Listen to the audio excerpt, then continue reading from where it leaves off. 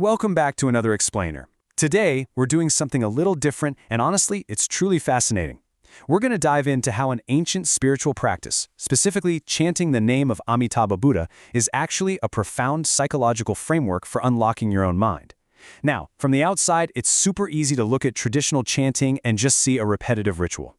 But the source text we're unpacking today maps out this deeply mechanical, incredibly logical process for how this practice directly dismantles our mental barriers.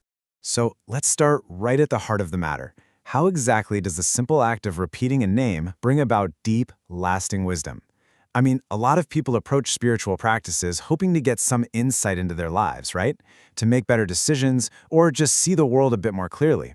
But how do you actually get from just saying a phrase out loud to experiencing a massive, profound mental shift? Well, the source text gives us a very direct answer, and it all hinges on the specific nature of the Buddha being chanted. To figure this out, we've got to look at who or what Amitabha actually is. The text points out that Amitabha translates to the Buddha of infinite light, or boundless light. And here's the absolute crucial connection. In this context, light literally represents wisdom. So Amitabha is also known as the Buddha of wisdom light. Chanting this name isn't just about paying homage or going through the motions. It's a dedicated practice of calling upon and aligning yourself directly with limitless wisdom. And under the support of that power, you naturally begin to acquire that very wisdom yourself. But it does take more than just going through the motions. We're going to explore this structured manual today by walking through Seeking Boundless Light, then Key 1, Gratitude, Key 2, Joy, Key 3, Respect, Unlocking Innate Wisdom, and finally, Theory and Practice together. All right, let's jump right into Section 1, Seeking Boundless Light, the ultimate goal. The whole goal here is to naturally access the Buddha's wisdom. But how do we actually pull that off? To properly align our, easily distracted, ordinary minds with this ultimate wisdom, the source material gives us a very clear three-step roadmap. It lays out 3 specific mindsets that we need to actively cultivate. Because if we just sit there chanting with our everyday, calculating minds, we're going to miss the connection completely. We need to approach it by cultivating gratitude, joy, and respect.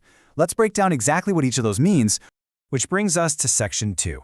Key 1, Gratitude, the absolute foundation of this entire practice. And listen, we aren't just talking about generic thankfulness here, like being glad you found a good parking spot. The text is super specific. This is a profound gratitude for a very specific salvation. We have to recognize that as ordinary people, we've got countless flaws, attachments, and worldly struggles. Yet despite all of that messy baggage, we are entirely embraced by Amitabha's great compassion and the vow to save all beings. The source actually notes that if we don't truly understand this immense compassion and this powerful vow to rescue us from our cycles of suffering, genuine gratitude just won't happen. It requires taking a really honest look at our own limitations and deeply appreciating the unconditional help that's being offered. Moving right along to Section 3. Key 2, Joy, which is all about a genuine state of relief. So once that foundational gratitude is locked in, the second key kind of just unlocks naturally. But there's a huge difference between what we usually think of as joy and what the text actually means. You know when you're deeply stressed or annoyed but you just fake a smile anyway? Yeah, it's definitely not that. We're talking about a genuine, authentic state of relief.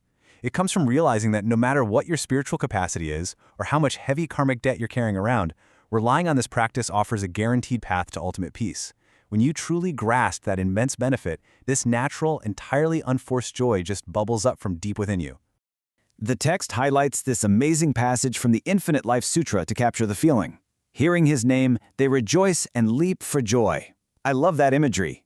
A joy so profound and relieving, it literally makes you want to jump. As ordinary people, we're constantly stressed about our jobs, our futures, our families, but the text explains that Amitabha actually removes these everyday fears and replaces them with great peace. Since Amitabha is also known as the Buddha of joyful light, aligning with this naturally dials down our daily anxiety. If you can approach the practice with this kind of joy, you are directly plugging into the Buddha's wisdom. That takes us to Section 4. Key 3, Respect, or Ultimate Reliance. So experiencing that genuine joy and dropping all that deep-seated fear naturally paves the way for the third key. And the source text is incredibly clear here. This is 0% about superficial rituals. It's not about bowing to a statue and then walking out the door still carrying all your same anxieties. True respect is defined here as an inward, complete reliance. It's a state where your body, your speech, and your mind are entirely entrusted to Amitabha. You finally let go of your own constant calculating, you stop trying to control every single little outcome, and you just trust the process entirely. And when you chant with this absolute reliance, the text notes you naturally start having fewer wicked thoughts, way less petty calculations, and just less overall distress. And when the distress fades, wisdom naturally opens up. Let's move to Section 5, Unlocking Innate Wisdom, where we get into the actual mechanics of the mind. So how do these three keys, gratitude, joy, and respect, actually work under the hood to change our minds and reveal our true nature? Well, the source emphasizes a core Buddhist concept. You already have inherent Buddha nature and innate wisdom. It's already in there. But before this wisdom can open up, we're stuck operating with our ordinary discriminating minds. We're viewing the entire world through a heavy lens of our own biases. Our brilliant inner wisdom is walled off by dense mental barriers, which the text calls our endless afflictions: greed, anger, and ignorance. These are basically the thick walls keeping our inner light trapped inside.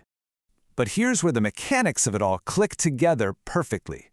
By actively using those three keys, by chanting with deep gratitude, genuine joy, and complete respectful reliance, our minds perfectly sync up with the Buddhist mind. And because Amitabha is limitless light and wisdom, this alignment allows that incredible power to pierce right through those thick mental barriers of greed, anger, and ignorance. The practice doesn't actually give you new wisdom from the outside. Instead, the power of the Buddha's light draws out and reveals the brilliant, innate wisdom that was sitting right there inside you all along. And finally, Section 6, Theory and Practice Together. Advice for the modern seeker. To wrap up, the source drops some really practical advice to keep this spiritual exercise balanced and effective, especially for those of us navigating the modern world. The text specifically advises that younger practitioners, in particular, shouldn't rely solely on the practice of chanting. It highly recommends balancing the practice with the actual study of Buddhist theories and texts. By reading and learning, you start to grasp what's called theoretical prajna wisdom. And when you combine that intellectual understanding with the deeply experiential practice of chanting with gratitude, joy, and respect, you create this incredibly powerful dual approach. This two-pronged method drastically strengthens both your practice and your spiritual vows. So, we've unpacked the whole shebang. This ancient practice is definitely not mindless repetition. It is the active, intentional cultivation of gratitude, joy, and respect to literally pierce through our daily greed, anger, and ignorance. Now, armed with these three keys and knowing exactly how they unlock what's already inside you, we've got to ask, are you ready to clear away your mental clutter and let your own inherent wisdom illuminate your life? Just think about how you might apply even a tiny fraction of that genuine joy and inward reliance to your everyday challenges. Thanks so much for joining me on this explainer, and I can't wait to unpack more fascinating concepts with you next time.